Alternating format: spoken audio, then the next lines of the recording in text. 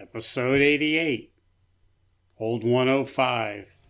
Hello and welcome to the 10-Minute Off-Road Podcast. I'm your host, Nikki G. I'm here to inform, entertain, and delight your ear holes. Someday I'm going to do that all in one breath. With all things off-road for the next 10 minutes or so. Why 10 minutes? Well, that's how long it's going to take for my ice cream to get soft.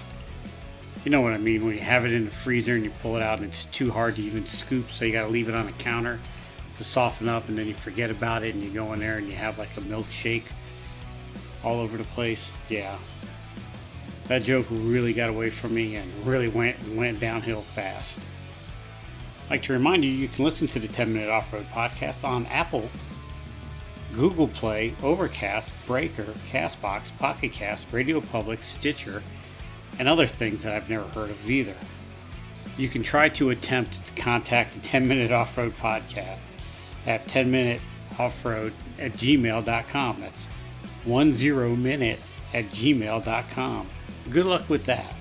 Best way to get a hold of us is just leave a comment on our YouTube videos, either at the 10-Minute Off-Road Podcast YouTube channel or my Nick G YouTube channel, which either one is going to be very difficult to find. So if you got something to say, I hope you like keeping it to yourself, because it ain't going to get heard.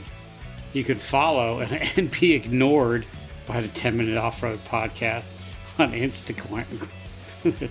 on Instagram. I don't know why I'm having a hard time talking today. Twitter, which is now X. Facebook and YouTube, but never on TikTok. Although I do enjoy watching some TikTok videos. TikTok is my last stronghold. I refuse to be on TikTok. Alright, so now that we have all that legal mumbo jumbo out of the way, I want to talk about what I did last week. Last week, a couple of friends, wanted to go camping. We haven't been out in a month or two. I try to go out camping at least once a month, do some off-roading, some sightseeing, at least once a month. The other guys I go with, they have more family obligations, so they less frequently, I guess. It pays to be a jerk no one wants to hang around with. You seem to have a lot of free time. But anyhow, last week we decided to go up to the old haunt, Old Highway 105, which seems to be the go-to place when there's nowhere else you really want to go. It's close by. It's some spectacular views. It's always a fun time. And I know everybody in the off-roading, overlanding community here in North Carolina has heard of 105. Some new people might not, and some of you people that aren't in North Carolina might not have heard of Old Highway 105. But it's the Kistler Memorial Highway. I think it was the main route from like Morganton to Blowing Rock before they put in new highways. But it rides on the western rim of the Linville Gorge. And if you don't know what the Linville Gorge is, it's like a mini Grand Canyon here in North Carolina.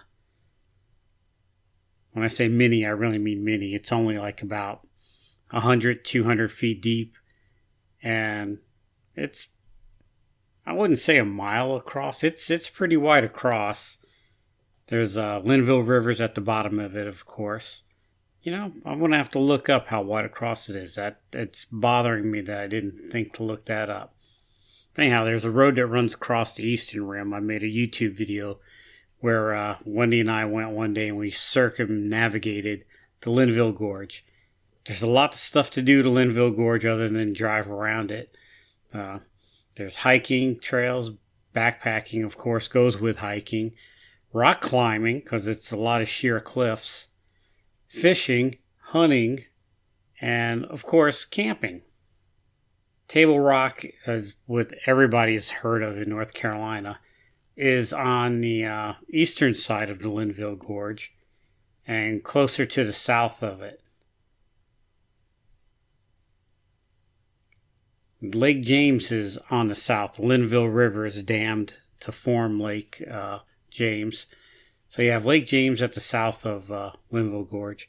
And to the north you have the Linville Falls, which is a pretty spectacular waterfalls. I wouldn't say not as awing as Niagara Falls, but it's a nice tall waterfall, and it's nice to see. You got to get out. My wife loves looking at waterfalls, so there's all kinds in North Carolina. But the Linville Falls is probably, I wouldn't say the most famous, but everybody's heard of it. Funny story I'll keep to myself. I'll say someday about me almost falling off the falls doing dumbassery. That's a story for another day. Everybody always asks on the Facebook pages and all the forums, old Highway 105. How tough of a trail is it? I'm going to tell you, it's not a tough trail. It's not even a trail. First time I went down that road, I was passed by a minivan coming the opposite direction. Dodge Caravan can make it down there. Your mom's station wagon can make it down there. Anything can make it down there. It's not a very technical road. It's long. It has a grade to it. Not a very steep grade, but there's a grade to it. So when you're going from the south to north, you're going up. And when you're from the north going south, you're going down. Not too bad, but a little bit of a grade. The worst part about the road is how washboard it is. It's not deep ruts, but there's the washboard on it. And if everybody knows what the washboard is, it's like little ridges. And those little lane edges that you run over, and they're so far apart or so close together that they make your car vibrate to warn you that you're driving off the road. The road's like that. You'll go through like 30 feet of washboard, then about a quarter mile of nice smooth gravel road, and then more washboard. It'll rattle your feelings loose. By the time you go down the whole road, you're going to be glad it's over. Speaking of the whole road's only 8.3 miles long. The most famous landmark, I guess you can call it, on Old 105 is Wiseman View. It's like a little park. You pull off, you park your car, you hike about maybe 10, 20 yards to this overlook. Sheer cliffs down. You can see across the gorge. Beautiful, spectacular view. But there are views just like that, all up and down the road with campsites, campfire rings that you can camp at. So you could literally camp on the cliff face, which we have done before. Kind of scary. I collected rocks to chalk the vehicles when we did it. And when you wake up in the morning, the sun coming up from the east comes over the gorge. Beautiful sight. And if you're down at the south end, you can get a glimpse of the sun coming up over Lake James. Very awesome view. If you're in the north, you just get it coming up over the Hawkbill Ridge and Table Rock and I believe the rock formation, the Chimneys. I think it's called the Chimneys. But you see the sun coming up over that. Excellent view. Beautiful. The downside is it gets a little windy. So if the wind is high, I suggest camping on the west side of the road where you're in the woods a little bit more and protected. If the weather's nice, try to find a camp spot on the east side of the road, right on the edge of the gorge. It's beautiful. Very popular place. Being that, if you're going to camp, get there early. And when I mean early, I mean leave Friday night, Friday morning, because campsites fill up quick. In the wintertime, not so much, but you know what it's like. In the summer, the spring, the fall, when everybody's outside, everybody hits the 105. So if you go to 105, have a alternate place in mind to camp for the night, because you might not find a campsite if you get there too late.